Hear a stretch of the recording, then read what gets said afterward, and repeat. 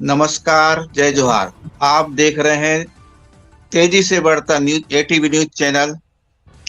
उसके कार्यक्रम है जय जोहार में। आज के हमारे अतिथि हैं प्रख्यात समाज सेवी और पत्रकार कृष्ण दत्त उपाध्याय जी। आज हम चर्चा करते हैं। हम इस चर्चा को करने के लिए बुलाए हैं इन्हें पुरातात्विक महत्व के जो स्थल है और उनकी मूर्तियां हैं जो बस्तर में उनका ना तो ठीक से संरक्षण हो पा रहा है ना संवर्धन हो पा रहा है। इस विषय को लेकर हम आज इस चर्चा को करना चाहते हैं।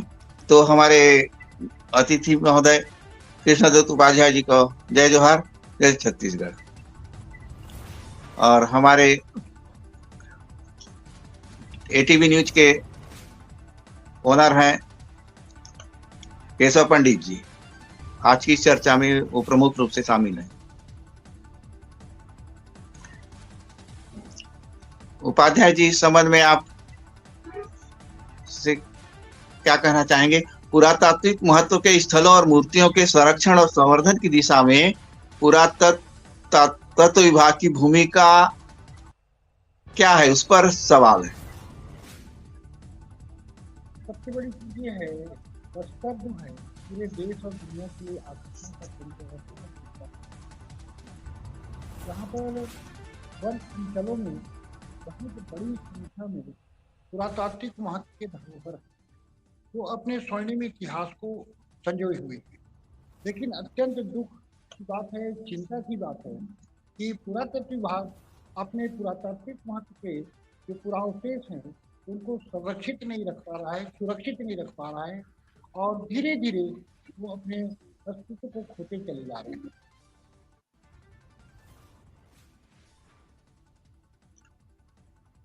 भारत सरकार ने पुरातात्विक महत्व के स्थलों मूर्तियों के संरक्षण संवर्धन के लिए ए पुरातत्व संरक्षण विभाग जो एएसआई है उसका गठन किया है। उसका मुख्य कार्य होता है राष्ट्रीय महत्व के प्राचीन स्मारकों और पुरातात्विक स्थलों का रख रखाव करना। लेकिन यहाँ पे ऐसी स्थिति देखने को नहीं मिल रही है।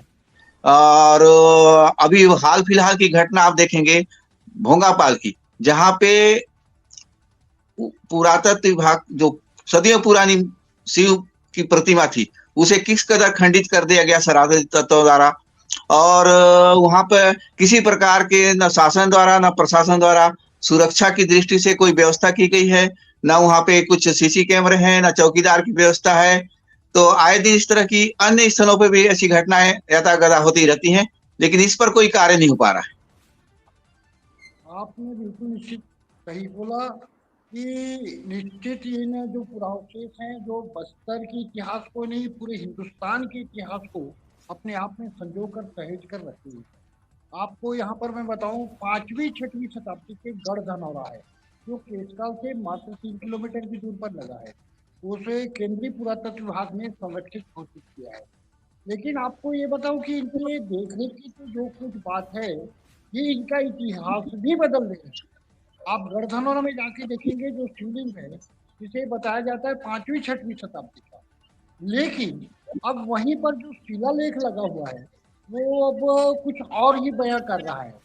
उसके उसमें बताया जा रहा है 10वीं 11वीं शताब्दी, जबकि प्रदेश शासन के सरकार के पुरातत्व विभाग द्वारा अंदर में और कुछ जगहों को धरोहर सुरक्षित किया गया है, उसे वो 5वीं शताब्दी बताता है। लेकिन जो उस स्थल में प्रमुख शिवलिंग है जो 5वीं 6वीं शताब्दी का, उसके बारे में भी उनके द्वारा गलत जानकारी दी जा रही है। दूसरी चीज ये है, गढ़ जो आपने बताया भी भोंगापाल का, भोंगापाल का पूरे छत्तीसगढ़ राज्य में बुद्ध के प्राचीन पुरावशेष में एकमात्र जो है वो आपके भोंगापाल का है। लेकिन भोंगापाल में इतनी विडंबना है कि अभी शिव की जो शिवलिंग है उसको शरारती तत्वों ने उसको क्षतिग्रस्त कर दिया। इस बारे में हम रायपुर तक गए, लेकिन पता ये चलता है कि यहाँ पर उनका कोई एक कर्मचारी तक नहीं है जो उसकी देखरेख को करे। और ये जो अधिकारी है जो बस्तर संभाग के पुरावस्तुओं को देखता है वो रायपुर में पड़ा रहता है, यहाँ की ओर कोई ध्यान ही नहीं देता। जितने पुरातात्विक महत्व हैं ये धरोहर है वो धीरे धीरे खंडित होते जा रहे हैं, समाप्त होते जा रहे हैं, उनकी तरफ शासन के द्वारा, पुरातत्व विभाग के द्वारा या जिला प्रशासन के द्वारा कोई देख रेख नहीं किया जा रही है। बड़ी भाग्य की विडंबना। मैं आपसे कहना चाहूंगा, सरकार ने पुरातात्विक स्थलों और स्मारकों के संरक्षण संरक्षण के लिए कई सारी परियोजनाएं शुरू की है, लेकिन उन परियोजनाओं का मतलब अगर हम देखें तो वो परियोजनाएं उस जगह पे नहीं दिख रही है। जैसे प्राचीन स्मारकों का संरक्षण, इस दिशा में अभी तक लगभग बस्तर क्षेत्र में एएसआई द्वारा कुछ कार्य जो किया जा रहा है वो देखने को नहीं मिल रहा है। साथ ही पुरातात्विक स्थलों का विकास, सरकार विकास के लिए भी परियोजना लाई है और उसमें उस क्षेत्र का विकास के साथ साथ पर्यटन को बढ़ावा। अभी इस क्षेत्र में थोड़े बहुत कार्य देखने को मिल रहा है, लेकिन जिस स्तर पे कार्य होना था वो कार्य भी नहीं दिख रहा है। तो इस संबंध में आप क्या कहना चाहेंगे? न पुरातात्विक महत्व के धरोहर को सुरक्षित रखा जा रहा है, केवल एक संरक्षित किए जाने का एक बोर्ड भर काम दिया जाता है, सुरक्षा के नाम से कुछ नहीं है। और दूसरी चीज, स्थल के विकास के लिए, स्थल के विकास के नाम पर भी जो धनराशि आवंटित होती है वो मात्र लीपापोती होती है और इस प्रकार से उसका काम किया जाता है जिसका वहां पर कोई लाभ नहीं मिलता। और सबसे बड़ी चीज ये है, ये स्थानीय लोगों को, जो स्थानीय अंचल के रहने वाले लोग हैं या जो उससे जुड़े हुए लोग हैं, पुराने लोग, जो उसके बारे में अच्छी जानकारी दे सकते हैं, सलाह दे सकते हैं, सुझाव दे सकते हैं, उन्हें वो बिल्कुल दरकिनार कर देते हैं। जो धनराशि केंद्र सरकार के द्वारा प्रदान किया जाता है उसमें कुछ ठेकेदारों के साथ मिलजुल कर केवल खाना पूर्ति किया जाता है और विकास, न विकास हो रहा है, न सुरक्षित है, न संरक्षित।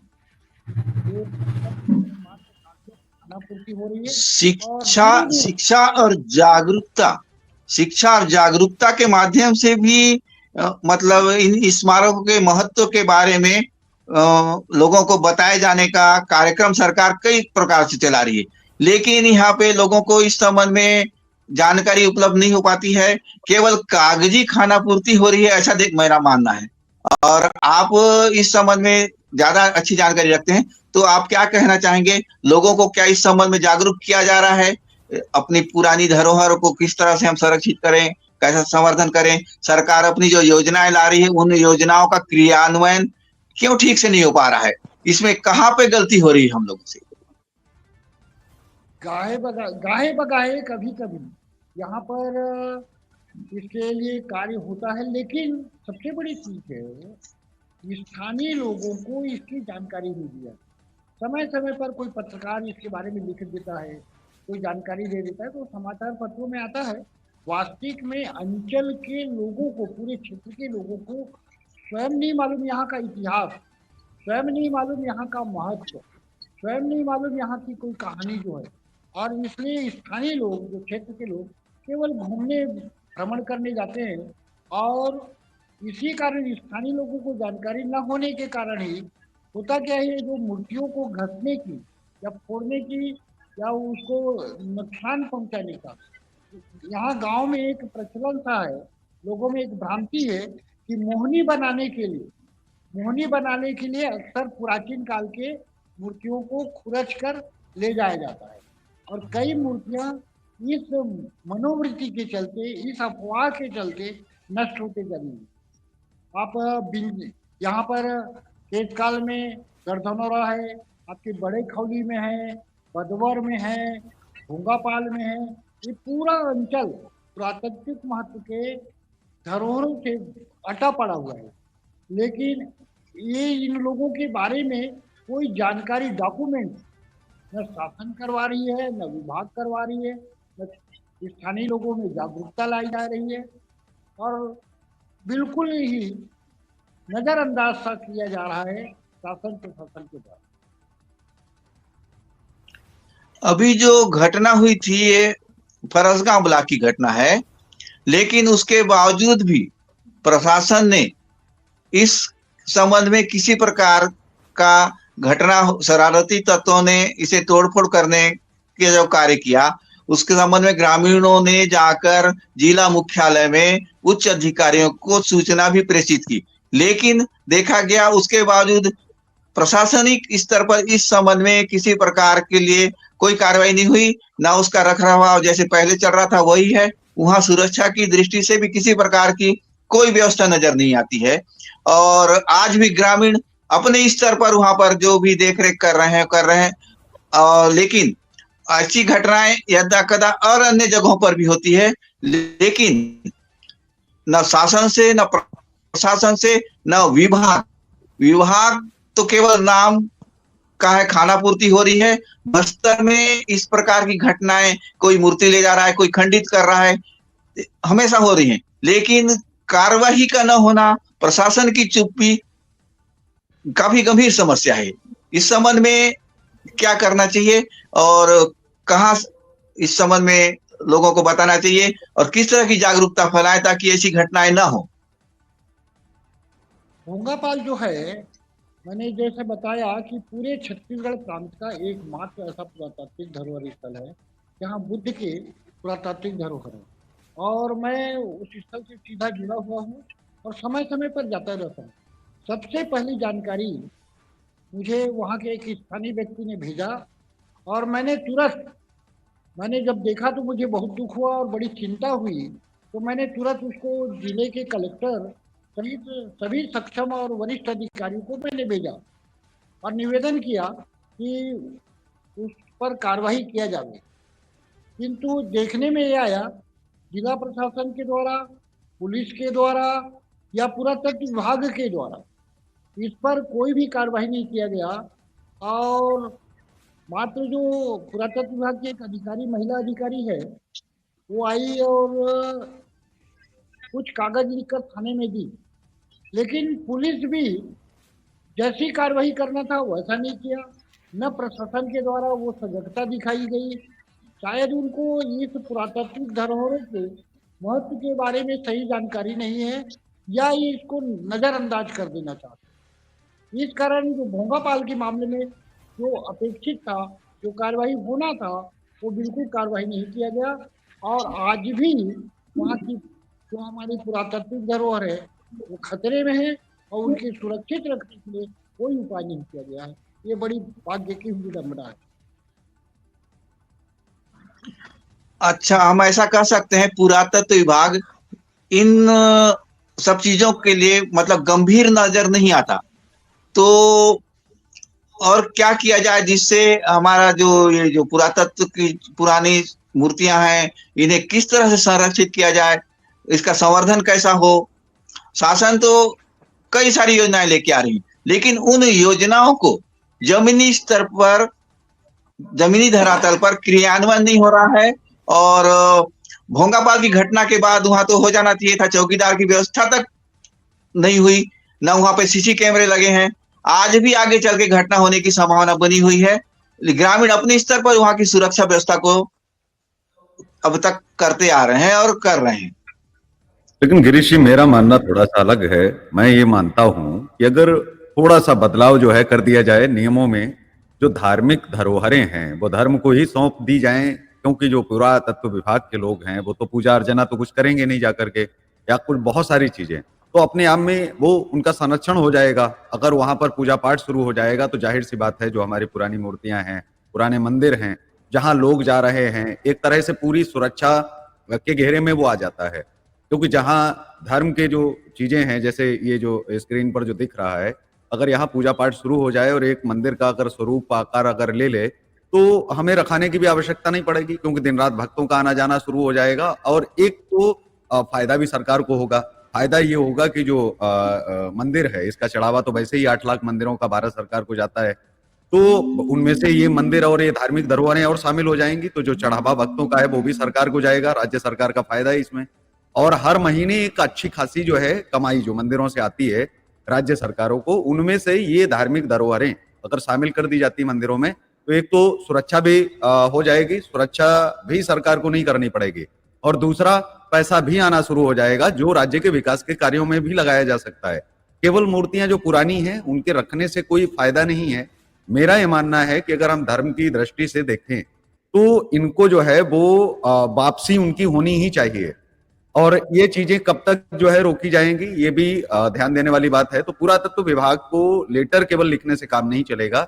ये जो धार्मिक स्थल नियंत्रण कानून है उसके तहत कुछ चीजें शामिल हो जाएं अगर उसमें कि अब इन स्थलों को जो है उसमें अपने नियंत्रण में सरकार ले और उनके लिए ऐलान करे कि ये मंदिर हम बनवाएंगे, ये वाली चीजें हम करेंगे। तो अगर वो नहीं कर सकते हैं तो बहुत सारे संस्थान हैं जो धार्मिक न्यास हैं, धार्मिक ट्रस्ट हैं, वो भी इन चीजों के लिए आगे आएंगे अगर उनको अवसर मिलेगा।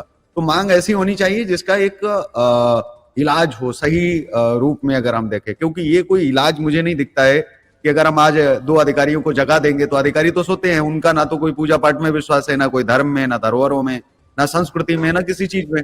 उनको बचाने के लिए वो कोई राष्ट्रभक्त नहीं है, वो केवल एक नौकर हैं, गुलाम हैं और हर महीने सैलरी पा रहे हैं। उनका कोई प्यार नहीं है, कोई प्रेम नहीं है। वो ठीक वैसे ही है जैसे अंग्रेजों के दौर में अंग्रेजों की हुकूमत करते थे, बजाते थे उनकी, तो उनको पैसे मिलते थे। तो उनको कोई प्रेम नहीं है कि नहीं आप उनके अंदर ये देखें कि नहीं राष्ट्रवाद उनके अंदर है, तो फिर किसी को जाना ही नहीं पड़ेगा। कृष्ण दत्त उपाध्याय जैसे वरिष्ठ पत्रकारों को आवाज उठाने की आवश्यकता ही नहीं पड़ेगी अगर राष्ट्रभक्त लोग उसमें आ जाएं। तो कितने राष्ट्रवादी हैं इसका भी एक जो पैमाना अगर सरकार वास्तव में तैयार कर ले कि नौकरी उन्हीं को मिलेगी जो राष्ट्रवादी हैं, और वो कैसे तय होगा, वो समय समय पर तय होते रहना चाहिए, ना कि जेब भरने वाले अधिकारी पढ़ाई करते हैं। पढ़ाई किस लिए करते हो? अगर पढ़ाई आप कर रहे हो, नौकरी आपको मिल रही, जिस विभाग में आप हैं वहां लगाव नहीं है, डॉक्टर भगवान बोले जाते हैं, राक्षस बनते जा रहे हैं। मैं ये कह रहा हूं कि लोगों ने व्यवसाय बना लिया है, लोगों ने केवल वो जरिया बना लिया है, इसके अलावा उनका कोई अपने पेशे से पैसे वाला प्रेम नहीं है कि पैसे वाला प्रेम अगर हो तो मेरा साफ मानना है कि ये धार्मिक न्यासों को अगर ये धार्मिक जगहें दे दी जाएं तो वो अपने आप तो इनका एक तो विस्तार हो जाएगा। वैसे ही खंडहरें होती जा रही हैं, तो खंडहर की बजाय यहाँ पर पूजा पाठ शुरू होगा, चीजें शुरू होंगी, यहाँ पर बहुत सारा कुछ अच्छा होगा और उसका जो है जाहिर सी बात है कि सरकार को भी बहुत बड़े स्तर पे फायदा होगा, क्योंकि बहुत सारे धार्मिक स्थल है छत्तीसगढ़ में। जी जी, उसके लिए प्रशासन और शासन को काफी ऐसी जगह हैं जो काफी बीहड़ है, लोगों का आना जाना थोड़ा मुश्किल हो जाता है, तो सड़कों तक की व्यवस्था नहीं है, तो कुछ विकास करने की तो जरूरत पड़ेगी ही। तो सड़क निर्माण कार्य वगैरह, उसके बाद अभी कुछ लोग जाते जरूर हैं, लेकिन उस संख्या में लोगों की मैं इसमें भी थोड़ा सा बोलूंगा। देखिए, भगवान बहुत आसानी से नहीं मिलते हैं। भगवान के लिए सड़कों का निर्माण आवश्यक ही नहीं, भक्त अपने भगवान तक पहुंच ही जाएगा, कोई आवश्यकता नहीं है। बस मंदिर इतना प्राचीन है, उस तक पहुंचने के लिए कष्ट में ही भक्त जाता है। भक्त को अगर आप लिफ्ट लगवा देंगे, भक्त चाहता ही नहीं हमको लगवाओ, वो तो नंगे पैर जाना चाहता है, वो तो कह रहा है कि कांटे पीछे हम निकल जाएंगे। यही मेरा कहना है कि ये धार्मिक जगहें हैं, इनके लिए विकासवाद वगैरह की कोई आवश्यकता नहीं। ये जितने बीहड़ इलाकों में होंगे, जितने बीहड़ स्थानों में होंगे, उतने ही दुर्गम स्थलों में, दुर्गम स्थानों में उतनी ही पवित्रता बरकरार रहेगी और लोग जाएंगे। और आने वाले समय में विकास होगा, वो सरकार अपना देखेगी। लेकिन अभी की जो जरूरत है वो है मंदिरों को, धार्मिक ट्रस्टों को, धार्मिक न्यासों को सौंप देना कि भाई एक तो मुहर लगा दे पुरातत्व विभाग कि ये मंदिर है, बात खत्म। इसके बाद में मंदिरों को बोली लगा दी जाए, नीलामी कर दो, जो धार्मिक न्यास हैं, धार्मिक ट्रस्ट हैं, उनमें से जो उनको संभालना चाहेगा वो संभालेगा उसको। तो एक तो सुरक्षा और चीजें जो है बरकरार रहेंगी, और हमारी जो धरोहरें हैं वो हमारी सदियों के लिए और आगे बढ़ जाएंगी, उनकी उम्र बढ़ जाएगी, एज बढ़ जाएगी। मैं वही कह रहा हूं, इनके लिए ये मत सोचो कि भगवान तक भक्त कैसे पहुंचेंगे। कितना भी दुर्गम, कितना भी आप कठिन आप बना दो, और ज्यादा वहां पर जो है आप कहो कि 2-4 नहरें भी आप रास्ते में खोद दो, उतने ज्यादा भक्त पहुंचेंगे और दूर दूर से पहुंचेंगे। रास्ता जितना दुर्गम होगा, भक्त उतना ही पहुंचेगा, और रास्ता जितना सरल हो जाएगा, भक्त जाना ही नहीं चाहेगा, पड़ोस में क्यों ना फिर मंदिर हो। जी जी, उपाध्याय जी, इस संबंध में आप कुछ कहना चाहेंगे? मैं तो ये कहना चाहूंगा, अभी महोदय बहुत ही प्रभावी ढंग से, बहुत अच्छे ढंग से उन्होंने महत्वपूर्ण सुझाव दिया। लेकिन मेरा यह मानना है कि वास्तविक में अगर कुछ करना चाहती है शासन और प्रशासन, तो दोनों को मिलकर करना होगा।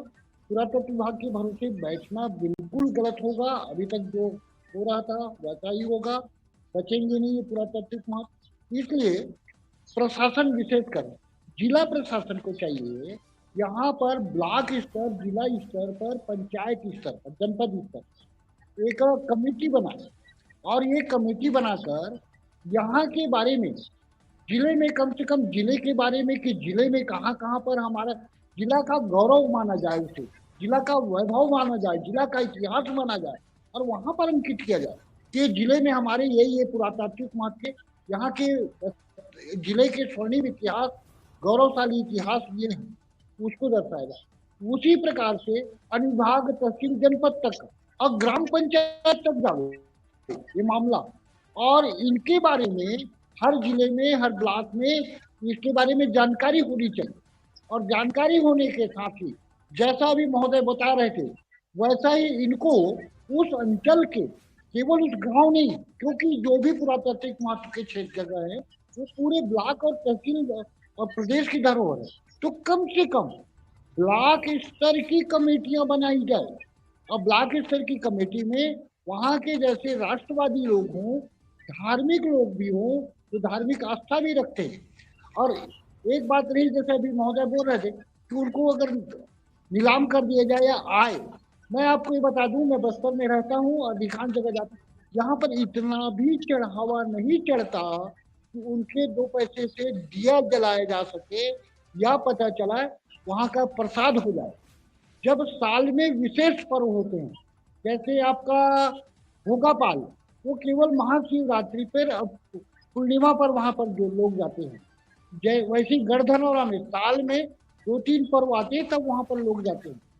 ये अपना डीएमएफ फंड होता है, जिले का फंड होता है, जिला प्रशासन वो दे सकता है, सांसद की निधि होती है, विधायक की निधि होती है, निधि बहुत सारे हैं, लेकिन उन निधियों को कोई देता नहीं, केवल पुरातत्व विभाग को दे। तो जिले के कलेक्टर को विशेष जवाबदारी दी जाए कि आप अपने जिले के ये पुरातात्विक महत्व के, ऐतिहासिक महत्व के धरोहरों को सुरक्षित रखे, उनके विकास के लिए योजनाएं बनाए और उसमें जन भागीदारी सुनिश्चित करें।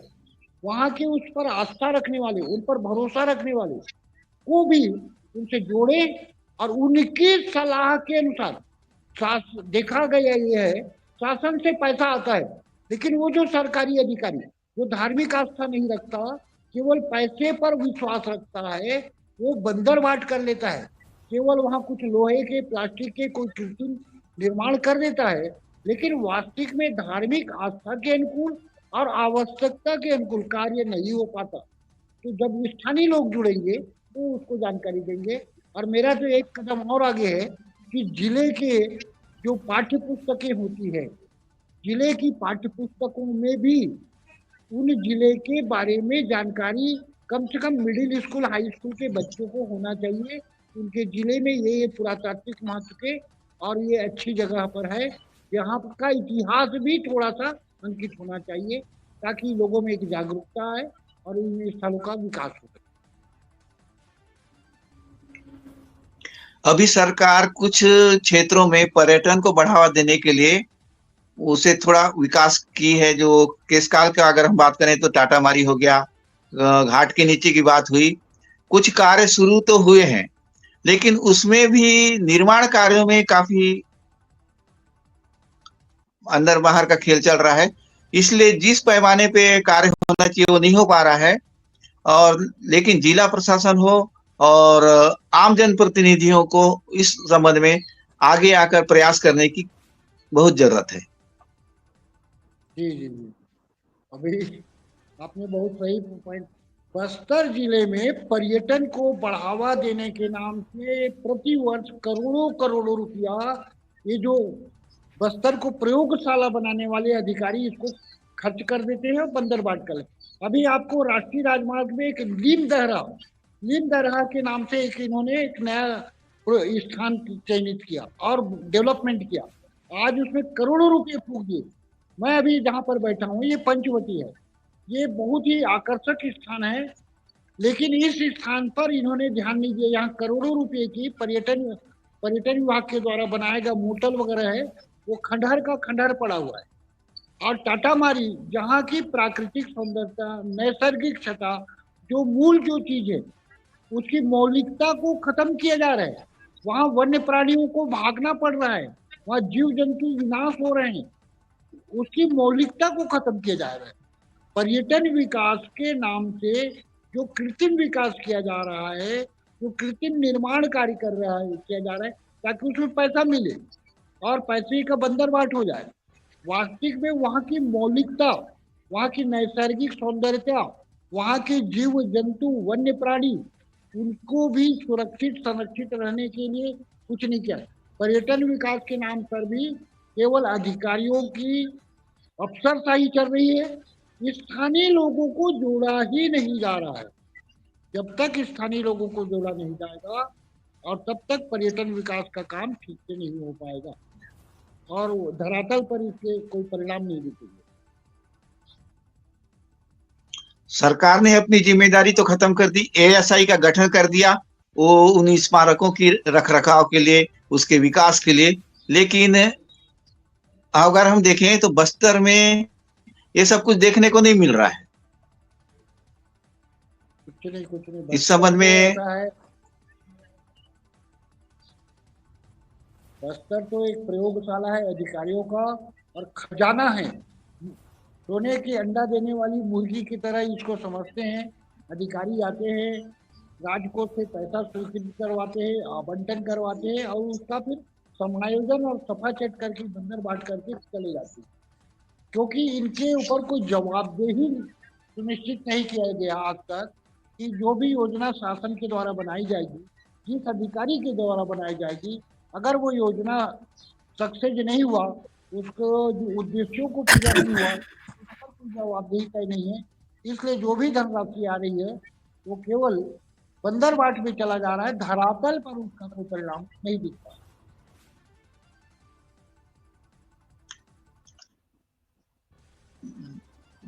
मैं केशव पंडित जी से इस संबंध में कुछ अंतिम सुनना चाहूंगा, उनकी राय। देखिए, भारतीय जो पुरातत्व विभाग है, इसमें बदलाव की बहुत ज्यादा आवश्यकता है। मैं जैसा पहले कह रहा था कि पर्यटन के लिए तो बढ़ावा देने जैसी चीजें जो योजनाएं हैं, इनका भी निजीकरण कर देना चाहिए, क्योंकि जितना पैसा सरकार जो है अपने अधिकारियों को देगी, और ये विभाग ही खत्म कर देना चाहिए, क्योंकि निजीकरण में अगर जाएगा तो कम से कम कुछ लोगों का भला होगा। पूरा पूरा पैसा लोग लगाएंगे ईमानदारी से, क्योंकि प्राइवेट से ज्यादा जो निजीकरण करना चाहिए सरकार ने वो तो कर नहीं रही है। और जो नहीं करना चाहिए, जैसे प्रचार प्रसार के नाम पर हर साल करोड़ों रुपए का विज्ञापन आता है सूचना विभाग अधिकारी के पास, वहां 4 पत्रकार मिलकर के बैठ करके वो सारा पैसा खा जाते हैं प्रचार प्रसार का। बाकी के जो अगर हम बात करें 96% जो 96% पत्रकार हैं, जिनमें छोटे मझोले न्यूज चैनल, आजकल अब नई मीडिया आ गई है, डिजिटल मीडिया, रेडियो एजेंसी, उन पत्रकारों के लिए क्या, कुछ नहीं। तो ये चीज आप देखिए कि प्रचार प्रसार का जो पैसा है वो खुद ही मंत्री खा जाते हैं, खुद ही विधायक खा जाते हैं, और खुद ही सूचना विभाग का अधिकारी खा जाता है, खुद उसको डीएम खा रहा है। तो जो प्रचार प्रसार का पैसा है, एक तो ये पैसा ही बंद कर देना चाहिए, निःशुल्क प्रचार प्रसार अपने आप हो जाएगा, लोग बढ़ाने लगेंगे।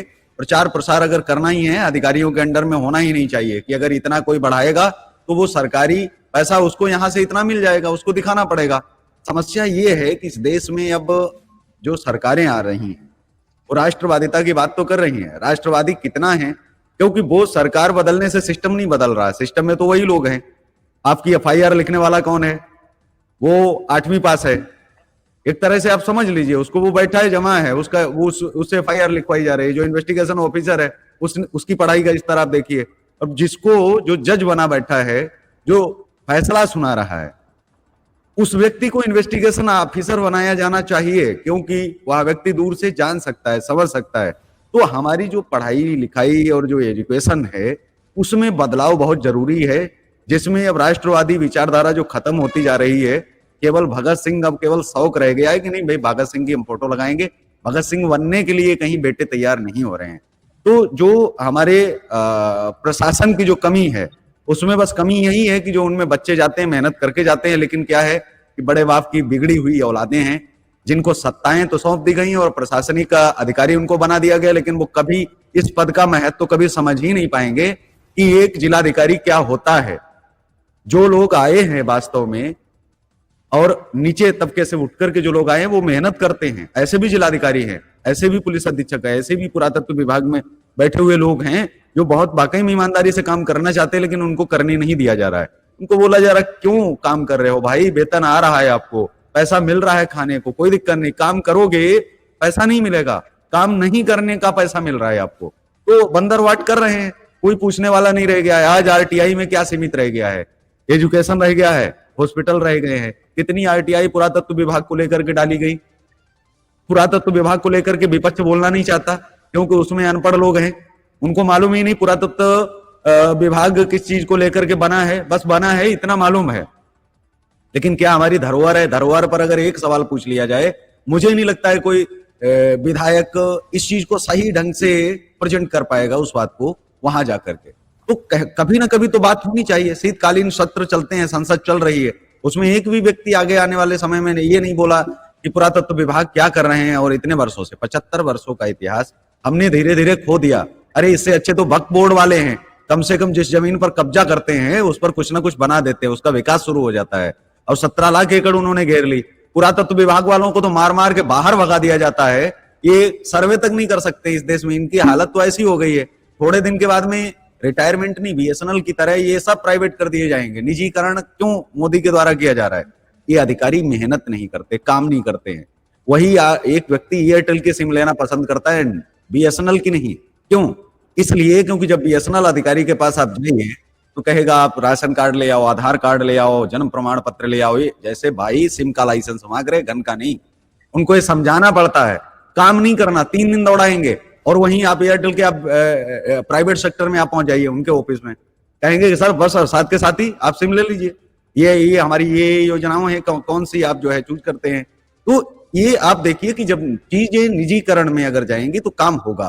पुरातत्व विभाग का निजीकरण हो ही जाना चाहिए और इनको सौंप देना चाहिए उन लोगों को। और प्रचार प्रसार को देखिए काम कैसे करवाते हैं, मार मार के काम करवाएंगे, दिन रात काम करेंगे। इनको लगेगा कि हम प्रचार प्रसार जितना कर सकते हैं उतना ही पैसा हमको मिलेगा।